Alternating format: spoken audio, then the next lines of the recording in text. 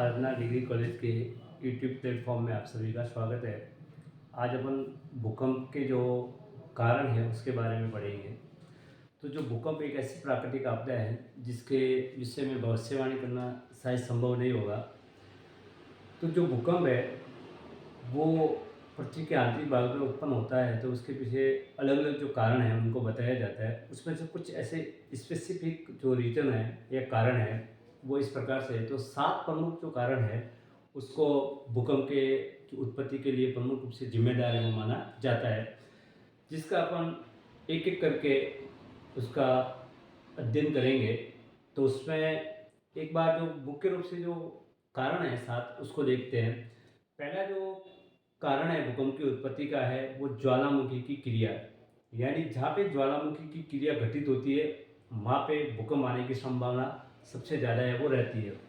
दूसरा जो कारण बताया जाता है भूपटल भ्रंश, यानी जो भूगर्भीय हलचलें होती है उसकी वजह से जो भ्रंश तथा जो वलन की क्रिया होती है, तो उन क्रियाओं के कारण जो अगर भ्रंश की क्रिया होगी तो वहाँ पे जो भूभाग है उसका खिंचाव होता है, और अगर वलन की होती है तो वह संपीड़न की जो शक्ति है वो काम करती है।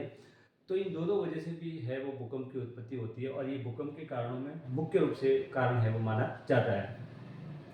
तीसरा आता है कि जो भू संतुलन होता है उसमें अव्यवस्था ही हो जाती है, यानी जो संतुलित भाग है उनका अव्यवस्था का होना।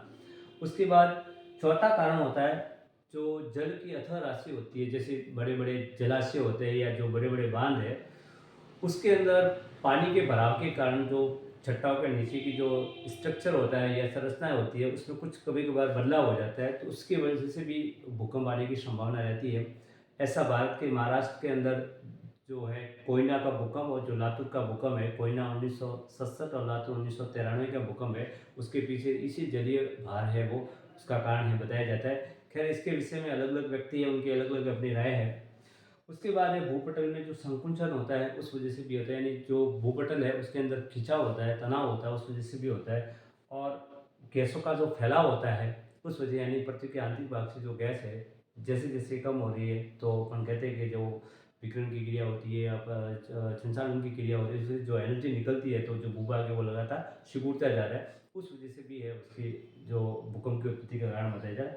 और सबसे विश्वसनीय सिद्धांत और सबसे आधुनिक सिद्धांत अगर माना जाता है तो प्लेट टेक्टोनिक सिद्धांत या प्लेट विवर्तनिक सिद्धांत माना जाता है।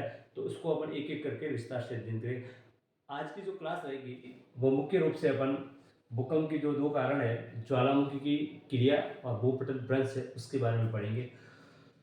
तो देखिए भूकंप है उसका पहला जो कारण वो बताया जाता है कि ज्वालामुखी की क्रिया है, यानी सीधा सा अर्थ ये है कि जहाँ पे ज्वालामुखी की क्रिया घटित होती है वहाँ पे भूकंप आने की संभावना प्रबल होती है। यानी ज्वालामुखी तथा जो भूकंप के जो क्षेत्र है एक दूसरे के अभिन्न माने जाते हैं, यानी जहाँ पे भी ज्वालामुखी का उद्गार होगा वहाँ पे भूकंप आने की संभावना ज़्यादा होती है, क्योंकि जब ज्वालामुखी का उद्गार होता है और वो बहुत विस्फोट के साथ होता है यानी बहुत तीव्रता के साथ होता है, तो वहाँ पे जो भूकंप है उसके आने की प्रबल संभावना ही रहती है। अब इस तरह का जो भूकंप है वो उन क्षेत्रों में आने की संभावना ज़्यादा रहेगी जहाँ पे ज्वालामुखी की क्रियाएं घटित होती है, यानी जहाँ पे ज्वालामुखी विस्फोट होगा वहाँ पे इस प्रकार के भूकंप आएगी, और जहाँ पे इस प्रकार की कोई गतिविधि नहीं होगी ज्वालामुखी विस्फोट की वगैरह तो वहाँ पे इस प्रकार के भूकंप आने की वो संभावना है बहुत कम रहेगी। तो देखिए अगर ज्वालामुखी जब तीव्र गति से विस्फोट होता है तो उससे जो पृथ्वी के आंतरिक भाग में जो कंपन होता है उससे जो भूकंप आता है, तो ऐसे भूकंपों का जो प्रभाव रहेगा वो 160 किलोमीटर से लगाकर 240 किलोमीटर का जो एरिया है उसको वो ज़्यादा मुख्य रूप से प्रभावित है वो करता है। लेकिन अगर इतिहास उठाकर देखा जाए भूकंपों का, तो कुछ ऐसे भूकंप भी आए ज्वालामुखी की क्रिया के कारण जो बहुत ही विनाशकारी थे, और इनका प्रभाव 100-200 किलोमीटर नहीं हज़ारों किलोमीटर दूर तक देखा हुआ है। तो अगर अगर अपन ये देखेंगे इस प्रकार के जो भूकंप है उसकी जो तीव्रता होगी वो ज्वालामुखी की जो तीव्रता है, यानी ज्वालामुखी कितनी तेजी से विस्फोट होता है उसके आधार पर भूकंप की जो तीव्रता है वो निर्धारित है वो की जाती है। यानी जितनी तीव्र गति से ज्वालामुखी का उद्गार होगा उतनी ही तीव्रता का भूकंप वहाँ पे आएगा, यानी ज्वालामुखी की तीव्रता और भूकंप की तीव्रता में सीधा संबंध पाया जाएगा।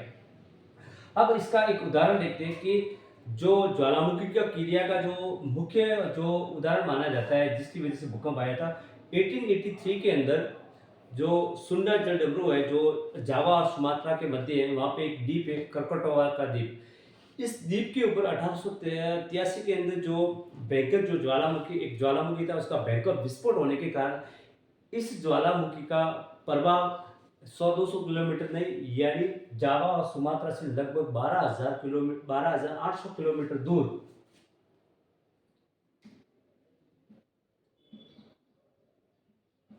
यानी जो 1883 का जो सुंडा जल डमरू के मध्य जावा और सुमात्रा के मध्य उसके ऊपर जो क्रोकोटोवा द्वीप है, वहाँ का जो ज्वालामुखी उसका विस्फोट हुआ था। तो इस विस्फोट के कारण इसका जो प्रभाव था वो वहाँ से 12,800 किलोमीटर दूर दक्षिणी अमेरिका में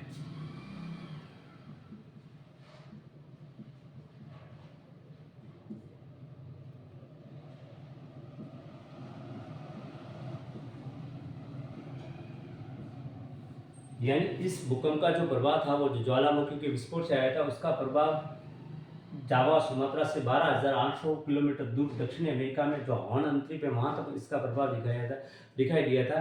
और इसके कारण से जो समुद्र की जो लहरें है उसके अंदर जो समुद्र की लहरें हैं वो लगभग 36.5 मीटर मोटी समुद्र की लहरें उत्पत्ति हुई, ऊंचाई की लहरें हैं उसकी उत्पत्ति हुई थी।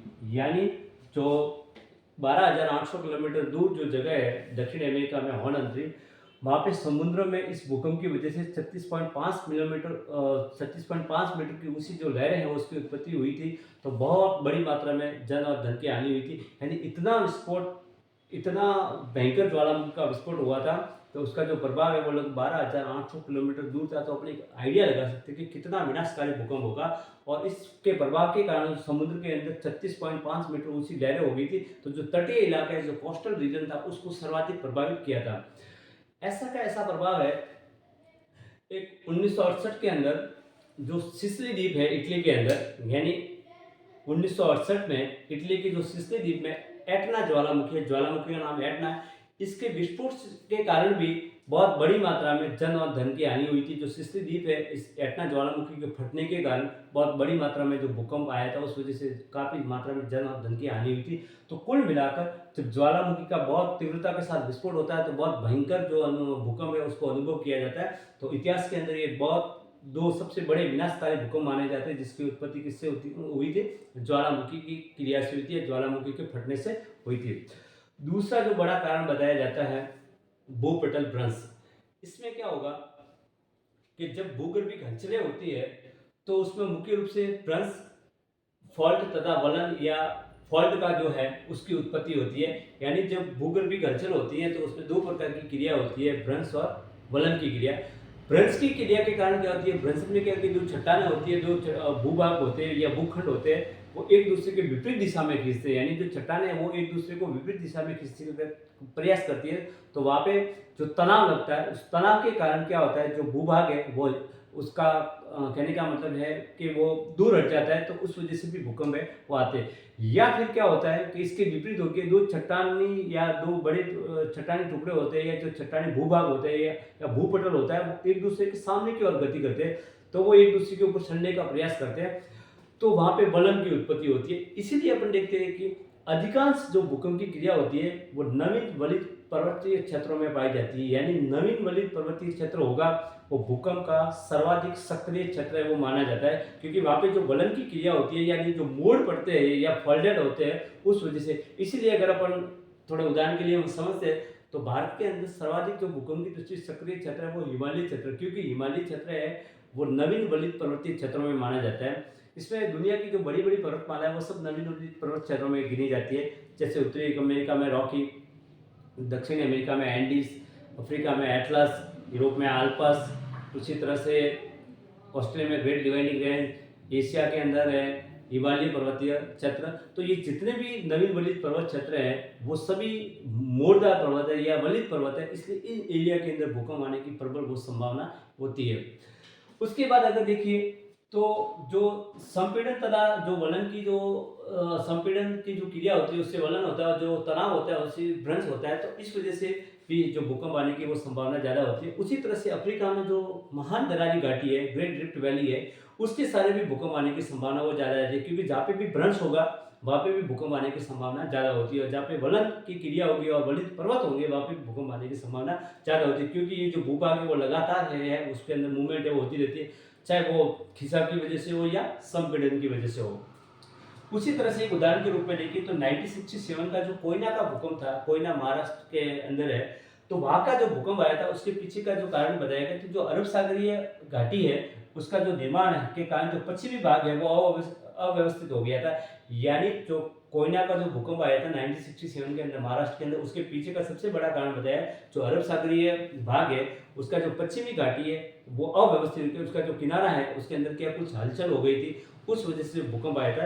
लेकिन इसके पीछे विवादास्पद मत ये भी है कि कुछ लोग कोयना और लातूर का भूकंप उसके पीछे जो जलीय भाग है या जो जल राशि है उसको इसका कारण बता रहा है। खैर वो अलग विषय, लेकिन कुल मिलाकर कुछ लोग इसके फेवर में भी है कि जो कोयना का भूकंप आया था उसके पीछे जो अरब सागरीय घाटी है उस पर अव्यवस्था हुआ था, यानी जो भूपटल है उसके अंदर कुछ हलचल हुआ था, उस वजह से भूकंप की उत्पत्ति हुई थी। उसके बाद भूपटल भ्रंश के अंदर ही भूकंप की उत्पत्ति का सबसे विश्वसनीय सिद्धांत दिया है, जिसका नाम है प्रत्यास्थ संलग्न सिद्धांत, इलास्टिक रिबॉर्ड थ्योरी। इस सिद्धांत को देने वाले व्यक्ति है